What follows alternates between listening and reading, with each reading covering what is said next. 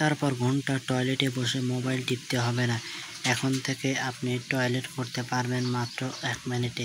Hello everyone, আসসালামু আলাইকুম ওয়া রাহমাতুল্লাহ। আশা করি সকলে মহান আল্লাহ তাআলার অশেষ রহমতে সুস্থ এবং নিরাপদে আছেন। বরাবরের ন্যায় আপনাদের মাঝে আজকে আরও একটি নতুন ভিডিও নিয়ে আসলাম। আশা করি সম্পূর্ণ ভিডিওটি দেখবেন এবং যারা আমার পেজ থেকে দেখছেন অবশ্যই পেজটি ফলো দিবেন এবং যারা আমার চ্যানেল থেকে দেখছেন অবশ্যই চ্যানেলটি সাবস্ক্রাইব করবেন। স্ক্রিনে যে আপনারা মেডিসিনটি দেখতে পাচ্ছেন, এটি কি মেডিসিন, কারা খেতে পারবে, কাদের জন্য এবং কতদিন খেতে হবে বিস্তারিত আলোচনা করবে ইনশাআল্লাহ।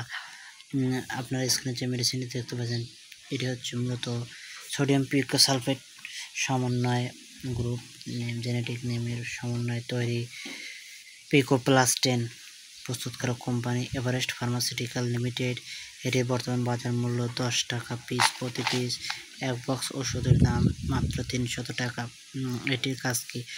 দীর্ঘদিন যারা কনস্টিটিউশন সমস্যায় ভুগছেন বা কোষ্ঠকাঠিন্য কষা পায়খানা নিয়ে ভুগছেন, ঘন্টার পর ঘন্টা আপনাকে টয়লেটে বসে মোবাইল টিপতে হয়, তাদের জন্য এই ওষুধটি খুবই হেল্পফুল বা গুরুত্বপূর্ণ।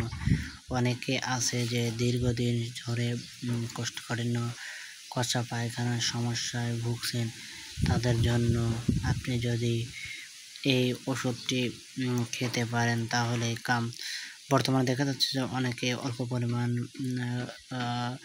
পানি খাবার ফলে আপনার কোষ্ঠকাঠিন্য কষা পায়খানার সমস্যায় ভুগছেন, তাদের জন্য এই ওষুধটি খুবই হেল্পফুল।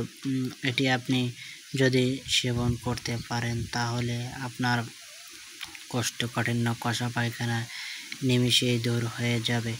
তবে এই ওষুধটি খাবার পাশাপাশি আপনাকে আরও কিছু প্রাকৃতিক ন্যাচারাল খাবার খেতে হবে, যেমন পানি, বেশি বেশি পানি খেতে হবে এবং এছাড়া আপনাকে আরও কিছু পরিমাণ